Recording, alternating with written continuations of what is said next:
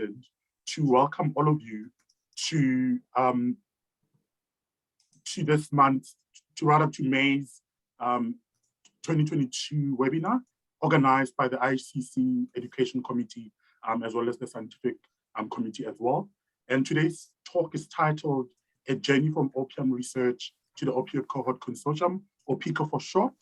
And we are quite excited as a group of organizers in the background, including Rudy, Scott, Jeff, Latifa mainly, who are making sure that on a monthly basis, we do organize this education webinar. So thank you to the organizing committee. And I just also want to thank our speaker for being quite keen and interested and actually coming in early today to make sure that we receive this very important talk today that I think is quite timeless and very necessary as well. The talk is going to be about 40 to 50 minutes. And at the end, we are going to have time for question and discussion as well at the end. So please do type your questions in the chat box, your comments in the chat box. But if it's a burning question, raise your hand. So just some housekeeping rules.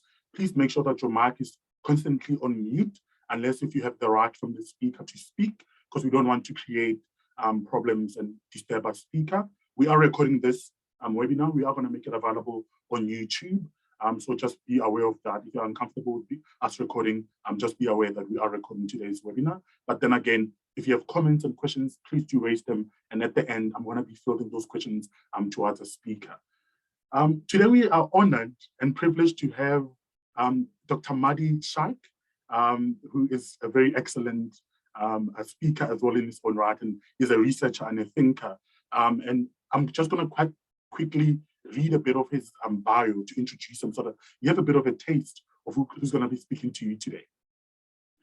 Dr. Mahdi Sheikh is a medical doctor and cancer epidemiologist who currently works as a scientist at the Genomic Epidemiology branch of the International Agency for Research on Cancer, IARC. Dr. Sheikh has led several epidemiologic studies to investigate the health consequences of using opioids in different settings. He also served as a rapporteur in the volume 126 of the IARC Monographs that resulted in the classification of opium consumption into group 1 carcinogenic to humans. Dr. Sheikh is currently leading the Opioid Cohort Consortium, or PICO, which brings together 10 international cohorts within 4 continents to characterize the patterns as well as long-term health consequences of using opioids across different countries. Dr. Sheikh is also a leading several international projects that aim to utilize epidemiologic, proteomic, as well as genetic data to investigate the effect of smoking cessation on the survival of smoker patients with different types of cancers. Without further ado and wasting more time, I'm just going to kindly ask Dr. Sheikh to begin his presentation. Thank you so much, Doctor. Thank you very much, Pablo, and for the kind introduction. So it's a great pleasure for me and honor for me to talk to the great scientists in the IHCC and colleagues.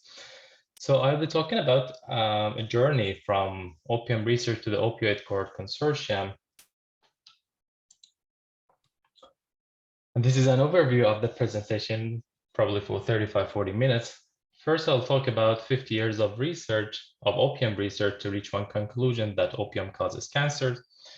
And then I'll talk about how this conclusion was important to form a bigger hypothesis about opioids and effect of opioids, and forming the Opioid Cohort Consortium.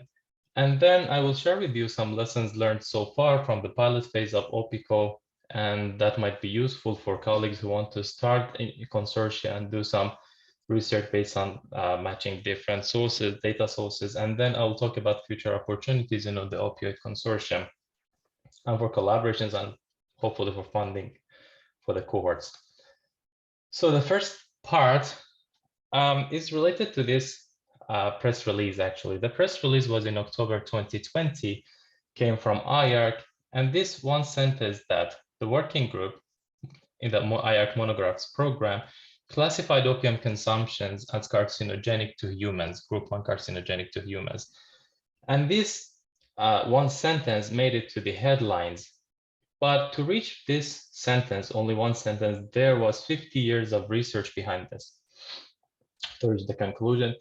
And in the first part, I will talk about these 50 years. you can go to this review that we wrote with Farine and Dr. Malikzadeh together. And all the things that I talk about are mentioned there in details with the references. So these beautiful flowers, as you can see in the photo, called Papaver somniferum, but commonly known as the opium poppy flower. And these flowers are grown in many parts of the world, and they have several uses for food industries, pharmaceutical industries. This is important, we'll come back to it. And also, unfortunately, for illegal business for producing heroin and opium. So what is opium that we're talking about? Opium is the air-dried latex obtained from the seed capsules of the opium poppy. I will show you how it is produced. So this is not something new. Opium has been cultivated and been used since thousands of years ago. And you can see these figures that show the presence and they were knowing opium in the Mesopotamia and also Egypt and Greece. And also the analgesic properties of opium were noted by Hippocrates, Galen, and Avicenna. And there were even some wars in the 11th to 17th century. Opium use dominated the world and was used in many parts of the world, including the US. And also there were 3 wars for opium. How opium is produced? This is the unripe seed capsule that they use it for opium. And they make a scratch on this seed capsule, and a juice oozes out of this. And when they put it to dry, then it is formed like that. This is opium. And the method has not changed for thousands of years. It's the same. So the types of opium, what are the types of opium? First type is raw opium. They call it locally teriac. This is the air-dried extract of the opium poppy plant that we showed how they produce it. But this is rarely, consumed in its pure format. The street opium, it also contains other mixtures because it is usually bought from the dealers and they add some substance to increase its weight, like heavy metals and other things. So this is raw opium. And then we have opium dross, which is the remnant of smoked opium. The raw opium, they use some special rods and pipes to smoke it, and then the remnant they take it out, sometimes eat it or boil it. It is called opium dross, and you can imagine the amount of PAH and other nitrosamines and other carcinogens in this mixture. And then we have refined opium. They this is obtained from boiling opium in water and filtering the mixture and then evaporating the filtrate. The 3 photos that I'm showing are refined opium. So the ways they use opium, mostly they smoke it. 75 to 90% of opium users, they smoke opium. And here's a photo. They put opium in these special devices, or simply, they use some tubes. Then they heat opium directly or indirectly, and then they inhale the smokes. So this is smoking and ingestion. They just eat this opium or opium dross or opium juice. All right, so very quickly, I'll talk about the epidemiologic research on opium during the past 5 decades. This is, this triangle shows the evidence hierarchy of epidemiologic study designs. When we move from the base of this triangle to the up, we see stronger evidence and the weight of evidence increases. Opium is one of the exposures that really has gone through almost all of these levels of epidemiologic studies, and it was again exclusively or almost exclusively done by Iranian researchers and local researchers. So you can understand how important it is, because you represent local cohort. It is for you to do this type of studies to understand your own exposures and carcinogens. So the first clues on the carcinogenicity or possible carcinogenicity of opium at that time appeared from clinical investigations and case series in 1969 and 1970s. There were some clinical observations. Leon Zaniazi, they observed that people who have precancerous lesions of the tongue, a high proportion of these people were using opium, and also Dawlat Shohi and colleagues in the 1970s, they observed that up to 60% of males who have esophageal cancer and undergo endoscopy, they have opium residues and have history of opium use. And they thought, is opium related to cancers? Then the evidence moved one level upper. They performed, Mahboubi and colleagues performed an ecologic studies in Northeast Iran. Northeast Iran is a geographic region known for having high risk or high rates of esophageal cancer.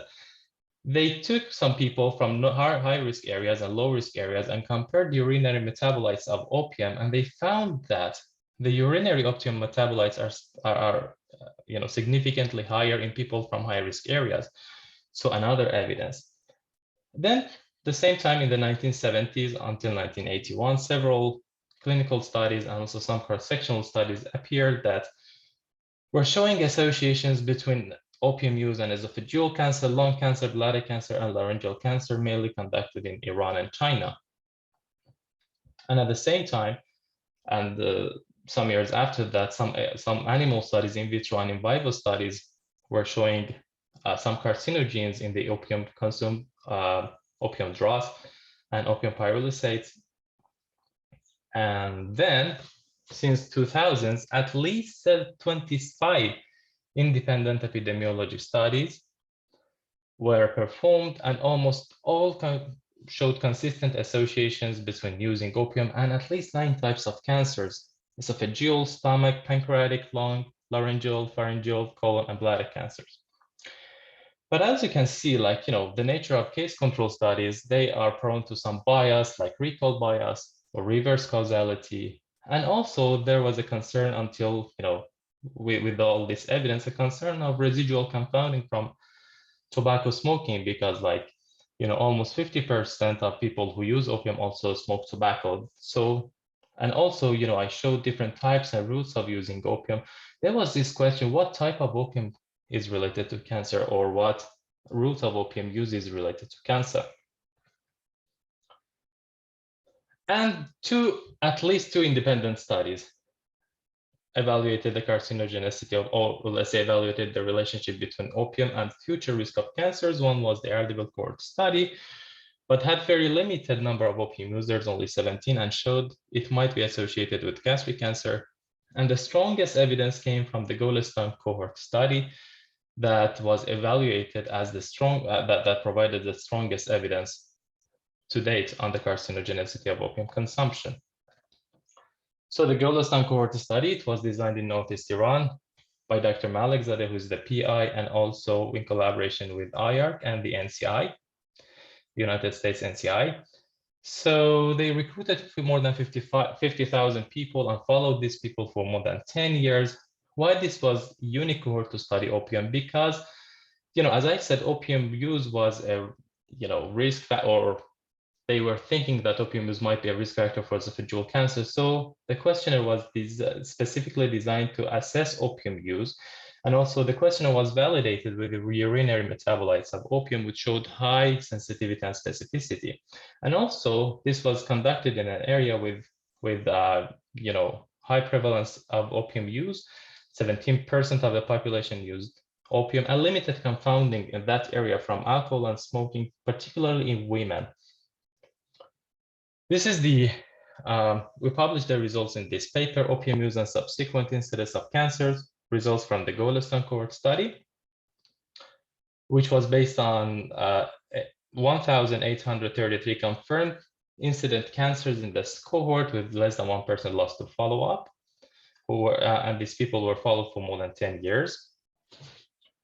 I will just show some of the results. I will show the results for all cancers combined, gastrointestinal cancers combined, and respiratory cancers combined. But we performed detailed analysis that I will, show some examples for each one of the cancer sites. So if interested, you can go to the paper and see the results.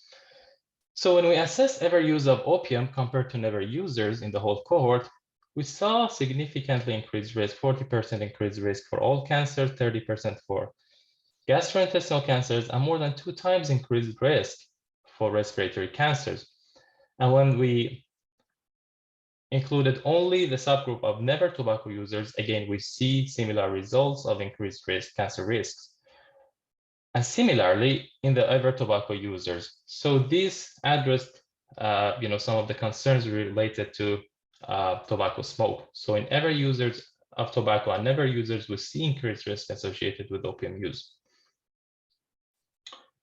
And then we did some analysis, duration analysis, to see if the duration of opium use is associated with higher risk. And we see significant dose response association. The more they use opium, the higher risk of cancers they've got. And also the different routes of using opium. When I assess only smoking or people who only smoked opium, we see increased risk. So it's not just related to the smoke of opium, but also people who eat opium or ingest opium, also they had increased risk for cancers. Again, as I said, we did this type of analysis for all cancer sites. So as a conclusion, we found that opium use is associated with increased risk for 8 types of cancers. We found the most strongest evidence with laryngeal cancer, lung cancer, and bladder cancer, more than 2 times increased risk after detailed adjustments. And then also we found opium use to be associated with esophageal cancer and stomach cancer. These results were consistent in the analysis I showed. And also we saw some inconsistent results, weak associations with brain cancer, liver cancer, and only high dose opium was associated with pancreatic cancer. All this evidence, these 50 years of research, was evaluated by a working group of 16 scientists from 10 countries. For 1 year, all these scientists reviewed the evidence. They were experts in the field, exposure characterization, epidemiology, and mechanistic studies. And in September 2020, they met remotely for 10 days and discussed all the evidence, which conclude that this working group concluded that opium consumption to be categorized as carcinogenic to humans, similar to tobacco, similar to alcohol, based on sufficient evidence for cancers of the larynx, lung, and bladder, limited evidence for esophageal cancer, stomach cancer, pharyngeal cancer, and pancreatic cancer, and strong evidence in experimental studies that opium, particularly opium dross and opium pyrolysates, is genotoxic. And this categorization applies to smoked and ingested opium and also raw dross or refined opium consumption. So this was just an example to show how cohorts and local researchers are important to recognize exposures that is specific to their countries. Unfortunately, most of the research is, or used to be focused on high-income countries or the exposures that are more prevalent where the resources are. But this research, these 5 decades of research, was able to identify carcinogen for local people. But the important thing is that when we think of opium, okay, this is only for opium, but now we know opioid medications and medications are made from opium. And this was the base for developing the idea of the Opioid Cohort Consortium.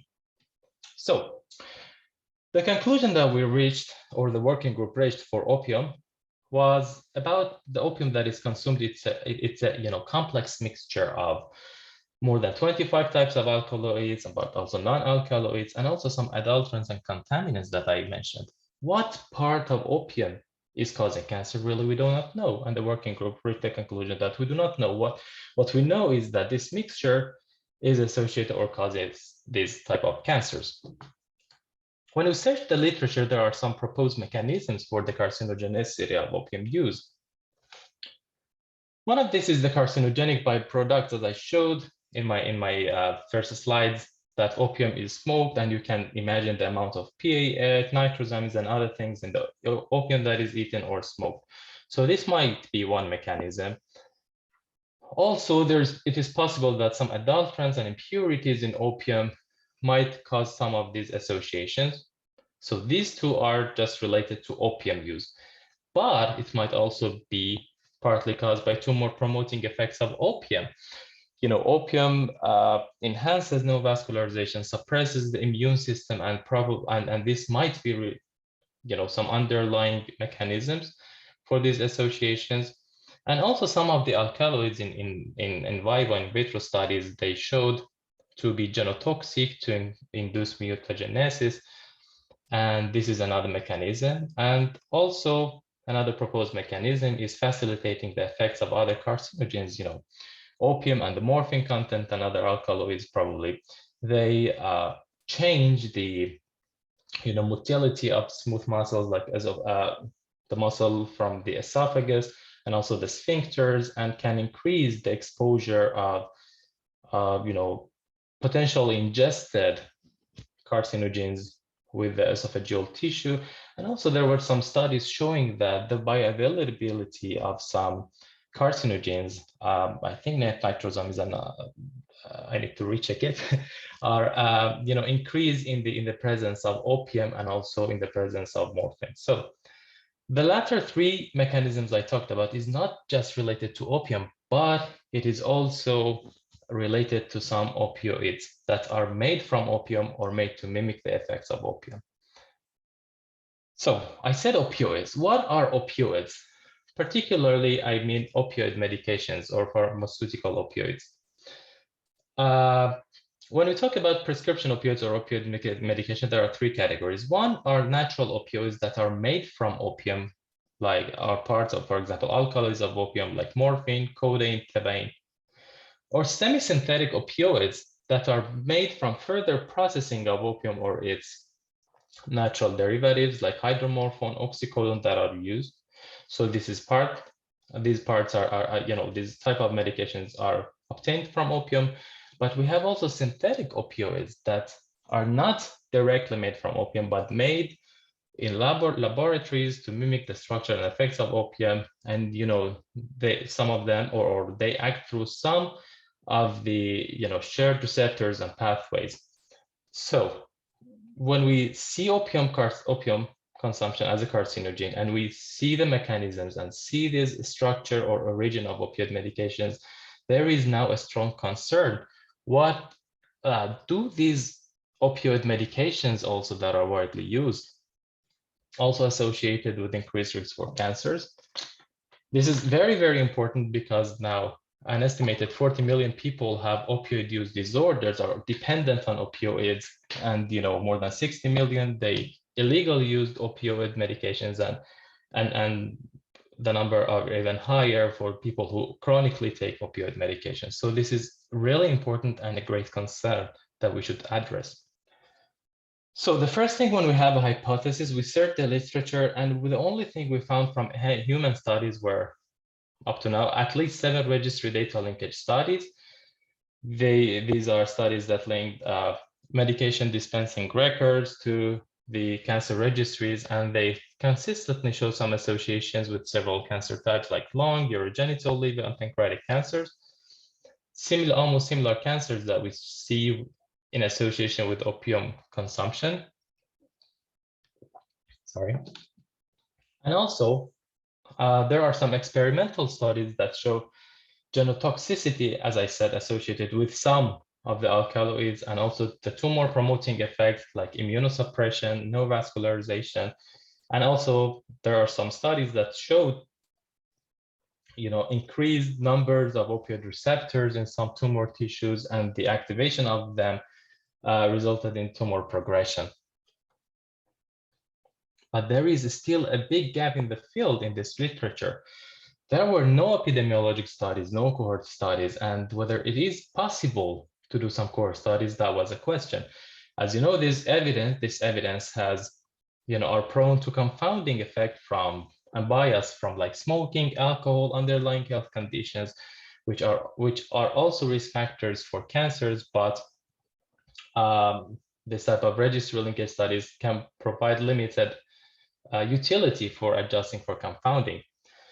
So we thought about doing some cohort studies, but the issues and the problems were very few cohort studies have gathered opioid use data at baseline or during the follow-up. This was a big issue. And then the cohorts that have this data, actually, the number of opioid users is too limited to provide the power to assess a rare outcome like cancer or such specific cancers. So almost none of the cohorts could provide this power to assess these types of cancers. So the word we were hearing all the time was, this is impossible, we cannot do it. But there are some solutions now. There are very good records, national records in many of the countries today, actually, that they record the medication used by people. And when we have very good cohorts in those countries, we can match these two resources and have an estimation of opioid use by the participant and also on the confounder. For the other limitation, that no cohort can provide this power to assess the association between opioid users and cancers. Without a consortium-based approach could be a very good solution. We cannot do that in one cohort. Okay, we bring cohorts together. Now we create data in cohorts and we bring them together, and then we will have a huge number of opioid users with follow-up and with different data. But then we were hearing instead of impossible. So it is very difficult to do because of many challenges. And one of these challenges is that there are different criteria, different coding in each country, and how to deal with these issues. But thanks to the IHCC that brought all these cohorts together and gave us some funding, with international collaboration, multidisciplinary dedicated team, and complementary expertise, now it is not impossible anymore to study the effects and the possible carcinogenicity of opioids. It is now possible and very feasible with collaboration. So in 2020, the IHCC Pilot Projects Awards by IHCC and GGMC, they provided, we got this award to start the pilot phase of the Opioid Cohort Consortium, OPICO, as we call it. The overarching aim for that was to build a strong international resource for multidisciplinary scientific studies on the use of opioids and their long-term effects. This is in the long term. And the specific aims that we follow, the ones in orange are for the OPICO overall, and the ones in white are the ones that we are following in the pilot phase of OPICO, funded by IHCC. So, to compile new data on opioid use in large cohorts through linkage to the national medication dispensing records. What we did in the pilot phase, we developed the protocols and tested the feasibility in several cohorts, and it was highly feasible, and we could produce some results, some preliminary results. And also, the second aim was to harmonize data on opioid use, demographics, confounders, and outcomes from large cohorts. And in the pilot phase, we assessed the availability of data in IHCC cohorts and other cohorts. And also we assessed the medication coding in each resource. We built a strong team with the required expertise and also evaluated the feasibility of data transfer and access. In each one of these steps, we faced some challenges, and we also found some solutions that I will present shortly. And also the main aim was to determine the association between opioid use and cancer incidence and mortality. And in the pilot phase, we developed an analysis plan, assessed the feasibility of doing pooled analysis in comparison to other approaches, and also performed some pilot analysis with results. I will not show the results now, but hopefully in the upcoming IHCC meetings, so an advertisement. So now the Opioid Cohort Consortium includes data from more than 1,200,000 participants across 10 cohorts across 10 cohorts. As you can see, this cohort kindly accepted, and they were very active in providing whatever information needed, whatever collaboration. They were very collaborative. So now we have more than 1,200,000 participants, and 92,000 of these people, almost 7%, are opioid users at baseline. The sources for opioid use data are from linkage, as you can see, the linkage resources, and also from questionnaires. So 4 of them are based on questionnaires, and most of them, like 6 of them, are based on linkage studies. So there is a question, having 2 resources for opioid use data, is it a limitation or a strength? I would say it is a strength of the Opioid Consortium, because they are complementary to each other. With each of these resources, there are some limitations. For example, just one example, the possibility of underreporting bias in questionnaire-based opioid assessment, and also the possibility of underestimation of taking opioids by taking over-the-counter opioid medications. So what we are planning now, when we pull this large data set, we will decrease this this, let's say, bias from both core, but also from both sources, sorry. And also we will do some stratified analysis to see if the estimates between these two are different. Now, very quickly, probably 5-10 minutes, I will finish the presentation. So I'll talk about lessons learned so far. Some of the I selected 4 major issues that might be helpful for people who want to do pooled analysis, start a consortium, and also do, match some data sources together, particularly in pharmacoepidemiology. So one of the challenges is data protection regulations now are increasingly a challenge for studies that pull data from multiple sources, and in particular, linkage data to national records. These are sensitive data. Some of these sources, they cannot leave the country. It might seem impossible to harmonize them in one center. So one of the solutions some solutions that we are doing now is that we developed a single protocol for data harmonization and analysis, and sharing this with some of the cohorts that they cannot, send their data. So now we are using a hybrid analysis model involving both pooling data and distributed analysis. But I confirm that this will not harm the overarching aim of the consortium, because these data that are created will be kept by the cohort. This data belongs to the cohorts, and cohorts can participate in any of the future projects related to opioids or to the consortium using the same approach. And we've done that in the pilot phase, and it was very successful strategy. Also, different eligibility criteria in different countries. The dispensing records, for example, in Australian resource, it only includes data from concessional beneficiaries, or the USA, the Medicare in the US, it mostly contains information of people 65 years and older. In France, all residents are eligible, and data are included there in some of the national resources. So if we do not know these eligibility criteria, this will harm the study, will harm the results, and it will produce biased estimates. And also another challenge is that, some of the medication records in some countries, they cover only a threshold for the prices paid. So we need to know this as well in the countries.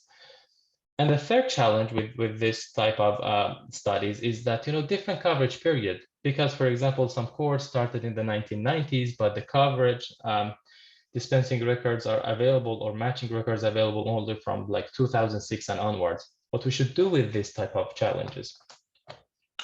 There are the solutions. The first of all, working with local pharmacoepidemiologists who are expert in their national medication records. It is extremely important. We should work with local people, local expert. Otherwise, we will have, a lot of bias in our studies.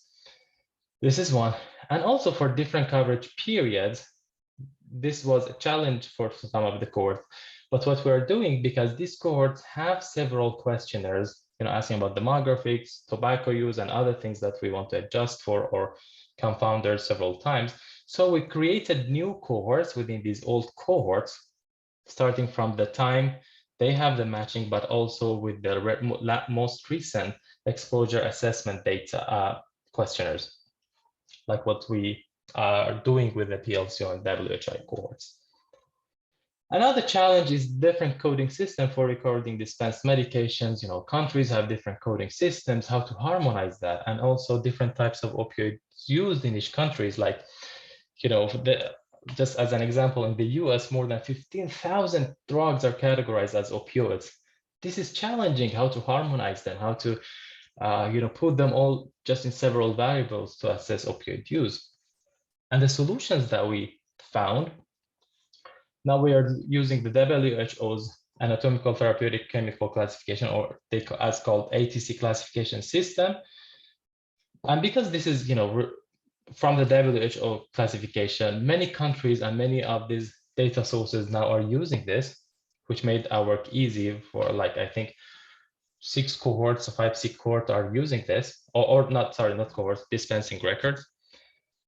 And then we're also doing manual mapping based on active ingredients for cohorts that do not have this system or do not have specific coding.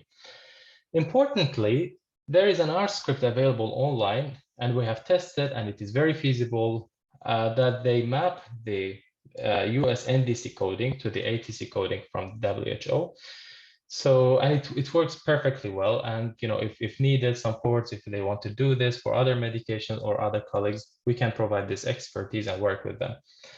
And also, there are some previous manuscripts. For example, in the UK Biobank, there is a manuscript that mapped medication use in the UK Biobank to the ATC. Again, we're collaborating with the authors on this. This was about the coding. And about the opioids specifically, as I said, 15,000 types in the US. There is a specific metric for opioids called oral morphine equivalent, OME.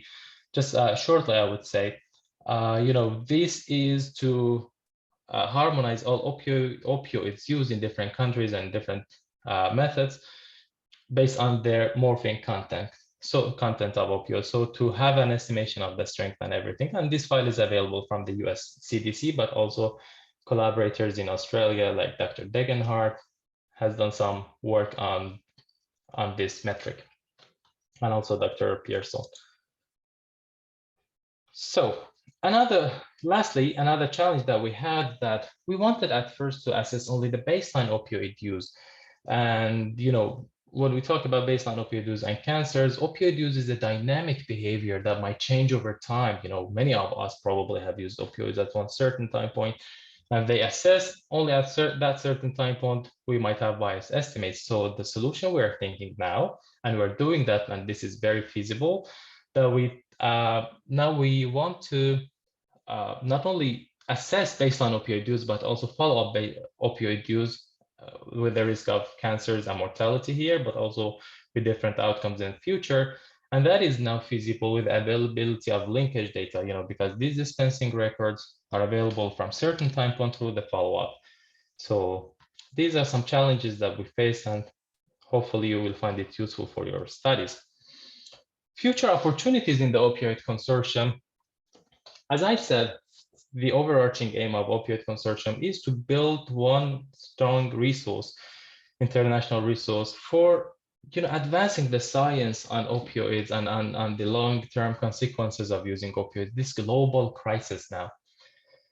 So many of these cohorts have biosamples available. So if we harmonize data from these cohorts, hopefully we can use these samples for future studies if needed. Of course, there are some extra steps. We need to go back to cohorts. We need to amend the DTAs and other things. But I'm talking about the opportunities and possibilities, how we can use this resource for future. Also, genetic data is available in some of the cohorts, which would allow doing some genetic studies like GWAS, Mendelian randomization studies. Now, there are some GWAS studies, for example, on opioid use, but because definition, if you go back to them, you find each one of these studies defined opioid use differently. Some, lack detailed information, but hopefully we will address this issue in the Opioid Consortium, have very clear definition for opioid use. And also this will provide the opportunity to study other long-term health effects of opioids, and also the opportunities, because, we will even cohorts that cannot share the data with us, we will build opioid use data. We develop this protocol that can be used by cohort.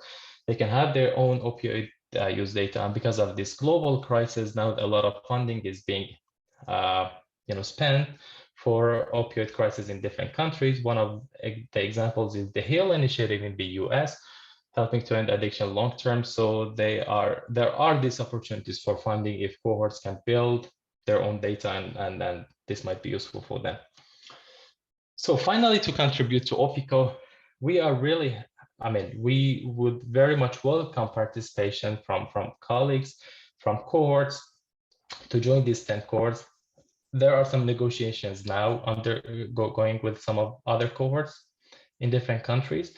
If you have opioid medication use gathered through question, or if you have linked your opioid records, your cohort records to national medication dispensing records, you're eligible to participate in OPICO, and also some like outcome data, demographics that are usually gathered in the cohorts. So if you want to participate in this project and in the future phases of OPICO, just you can email. Here is my email address, sheikh@iarc.fr. This is currently led by the Genomic Epidemiology branch by myself, Dr. Hilaire Robbins, and Dr. Paul Brennan. And well, now you're seeing just one person talking about these efforts, but really this is an international effort with the contribution of all these great, amazing scientists. We're really, really lucky and happy to have, honored to have all these scientists working with us. Everyone has been so collaborative, so amazing, and from 13 institutes. Thank you very much, and I will be happy to take questions. Okay, thank you so much, Dr. Sheikh. This was really great, calm, collected, articulate, and very informative.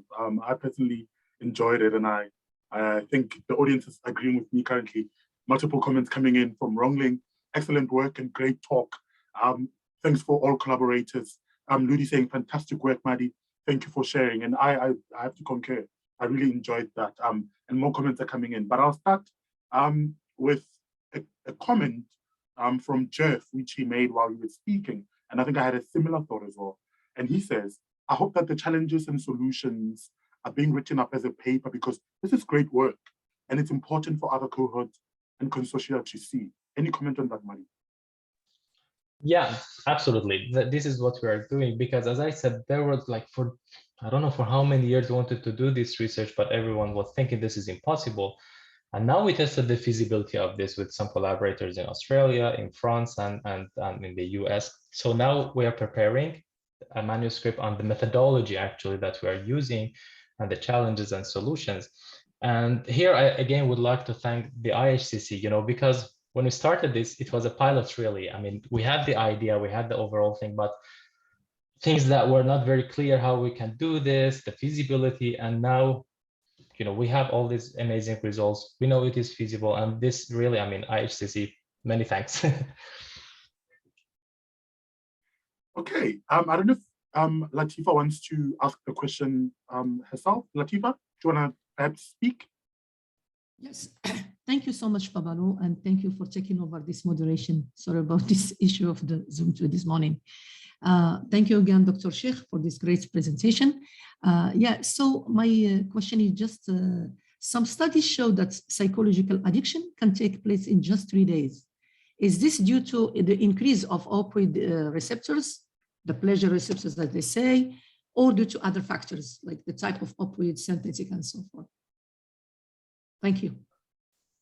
So thank you very much. Well, actually, this is a question to probably some colleagues who are have more expertise in pharmacology, and if there is this expertise, would be happy. So the thing that, let me talk about opium, for example, that we know more about it. The types of opium and also the routes of using opium are different. As I said, smoking, for example, it is more prevalent. There is some evidence in papers that showing it produces more of these euphoric effects, and this is why it is more addictive compared to eating opium. But well, both of them. And also when we see these GWAS results and though the exposure is not characterized very well, we think that there also might be some genetic susceptibility for continuing this.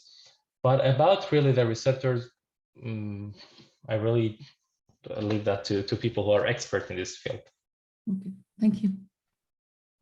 Okay, thank you so much for your question, Latifa, and thank you for your answer, Prof. There's another question from Jeff. I'm curious, what are your prospects for follow-on funding from the IHCC pilot? Sorry, the question was how we follow up on the findings? Yeah, so what are your prospects for follow-up funding from the IHCC pilot? Great, exactly. So the main thing that IHCC helped us with was first understanding the cohorts, what the cohorts have, and also developing these protocols and everything. And now we have some preliminary results. Of course, we have the data. Now we're preparing this, hopefully, manuscript for future. But most importantly, with this preliminary data and work, we were able to submit several grant applications. We submitted an two applications actually to the NIH, one to the INCA, French funder, and also to some other funders. Now, like 5 applications submitted, waiting for the results. But you know, the good thing, we had also some money for data access fees and everything in the IHCC. So we're producing these results, and hopefully we'll get some funding to continue this work, because you know, this is a huge consortium, huge work. So it would need more time, more than like 18 months or 2 years. Okay, thank you so much for that. There's another comment from Ludi. This is an amazing representation of what collaboration between cohorts can do. And I truly have to agree with that. I mean, I saw the picture that you showed, and literally people from across the world, different institutions, showing the power of collaboration and teamwork. And I think continue. I just want to encourage you. And I think the comments are agreeing with me that you gave an interesting presentation. We still have time for questions and comments. So please raise your hand or type in the chat box, and I'll give you a chance to speak. But while waiting for other people to ask questions, I'll ask my own. I had a list, and it's interesting how I had I kept on writing questions down, and I had to sketch them out because you answered them in your presentation without me asking. So thank you. But to let other people know, we have about 9 minutes left, so you can still ask questions as well and make comments. So just a few things that I want to ask. So in the beginning, you were giving a history of opium usage and how like the Egyptians and sort of like some philosophers spoke about it. And I think I remember a quote by Karl Marx in 1843, where he said, religion is the opium of the masses. So I think it's been used in idioms and in our language. It's sort of part of global usage. And I think that was my first comment. And my question though, you said something that sort of took my attention. You said you are not sure what exactly in opium causes cancer, because you explained the alkaloids and 25 different ones, and you sort of broke it down in a certain slide. I think it was like slide number 25, if I remember the number. But you actually sort of showed the breakdown, but you said you don't really know exactly what causes cancer. And my question then is, in this case then, if you're not sure, does correlation imply causation? What if it's other causes like environmental determinants? What if it's their diet? What if there's genetic reasons? Maybe everybody who gets cancer and happens to use opiums has a genetic mutation at a certain, you know what I mean? So how conclusive can you say that opium causes cancer if you cannot say what in opium causes cancer? Well, I'll answer part of this question, and also I think Farin is here, Farin Kamangar, who was the chair in one of the subgroups of IARC Monographs that evaluated opium consumption. He can add or give his comment on that. So actually, the classification of opium use as a carcinogen, it came up, as I showed, like 50 years of evidence with different exposure characterization and different, each study has got its limitations and strengths, and the working group actually were from different backgrounds. So when they evaluate these all types of research, if you remember in my slide, I had 2 parts. One part was related to the mechanistic evidence that I didn't talk much about it. It's out of my expertise, but there was a strong mechanistic evidence that opium causes, or the opium drugs particularly, it causes mutagenic effects and is genotoxic. So this is one of the part. There is this evidence, but also when you take a look at the evidence in these 50 years, you see first like this case control study, different types of studies, the cohort studies, and when you see consistent associations in different circumstances, in different regions, by different groups, but also particularly the cohort study tried to address all these important confounders that they had, like in ever smokers, never smokers, and all this evidence was evaluated. And there is a chapter I really ask the dear audience to go to the Opium Monograph. It is volume 126. There is one specific chapter on the exposure characterization and also the biases, why the working group that think, all these biases that you talked about, Pablo, and also other type of concerns, how they respond to each one of these concerns specifically. There are a lot of them, and why they think that this classification can address this concern. There's a whole chapter on the IARC Monograph, volume 126. I don't know if Dr. Kamangar has got any more comments. Because he was first off, Mahdi, Mahdi, thank you so much for your excellent presentation. I really, really enjoyed it. And this is tremendous amount of work that you and your colleagues have done. Just to add to it, IARC classified opium use as a class group 1 carcinogen, primarily based on human data, not based on mechanistic data. So, and this is not an exception. We have had many carcinogens classified as group 1 carcinogen by IARC, primarily based on human data when the mechanism wasn't entirely clear. There are many notable examples. One can go back to even cigarette smoking.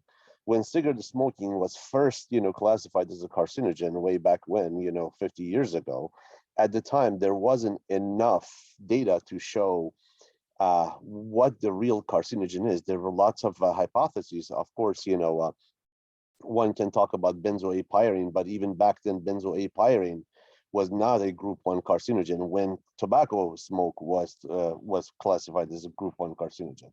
So, and there are other things in tobacco. There are, if you go to Steve Hecht's papers, you will see that hundreds of potential carcinogens in tobacco smoke potential.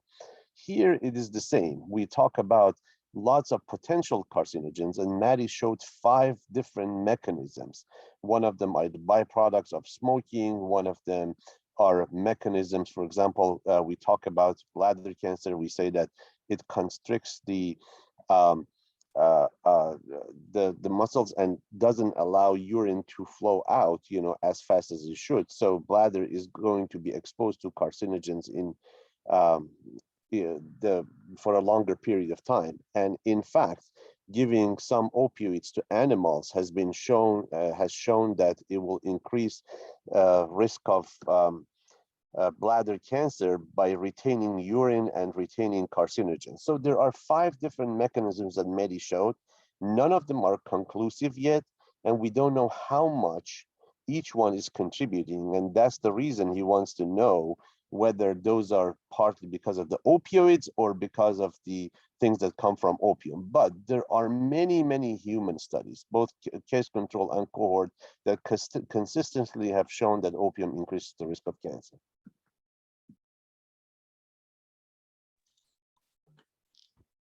Thank you very much, Aaron. Yeah, no, thank you so much for I was on meeting to also say thank you. That was a great explanation. It's appreciated. There's a question from Scott. He's saying, besides genome-wide association studies, GWAS, what about focused studies on opioid metabolism, CYP2D6, opioid transport, ABCB1, and the mu opioid receptor polymorphisms, OPMR1 effects? Thank you very much. Yeah. I mean, this OPRM1, this one I know because it's in these studies. But of these mechanisms and things. Sorry, all of these this type of studies, mechanistic studies, and everything is related to your outcome data, right? When you have a very good exposure, the very good definition of opioid use, very good definition of the outcomes of the confounders and everything, you can have this possibility to look at all these things. Well, I showed this group of 28 people. They have different expertise, like wide range of expertise, and also hopefully our plans for the future is that when we build this resource, we will go back and negotiate how we can share this resource, or how we can open it to other participants who want to participate through secure ways. But this is something for the future, and then each person can analyze the data based on their own expertise and their own hypotheses. These are just some examples of how we can use this data. Okay, thank you so much, Dr. Sheikh. I'm looking at the time, and I think we can go on asking questions, but I understand some people have other meetings and commitments, and you also, Prof, have other sort of meetings as well. So thank you so much, Dr. Sheikh. We really appreciate this very interesting, very engaging webinar. Thank you for your time, and we will share the recording on YouTube and with the rest of the cohort. Thank you very much. And And I as well will as the put my public as email well. in the chat box, so people who are interested to know more or evidence and everything, they can just email me. Okay, sure. Thank you so much for that. So yes, you can email Dr. Sheikh for extra questions or if you want to collaborate. And I'd encourage people from Africa, particularly since I'm African, to also join, because I think it would be good to just add to the studies as well. And Yes, to Latifa please, and the rest of the team, thank you so much for organizing this webinar. You are doing great work. And to all the participants, we appreciate your attendance and engagement as well. Enjoy the rest of your day. We are going to have another webinar in June. Just be on Twitter, LinkedIn, and emails as well. We will be announcing this in due course. Enjoy the rest of your day, everybody. Thank you so much again, Dr. Sheikh.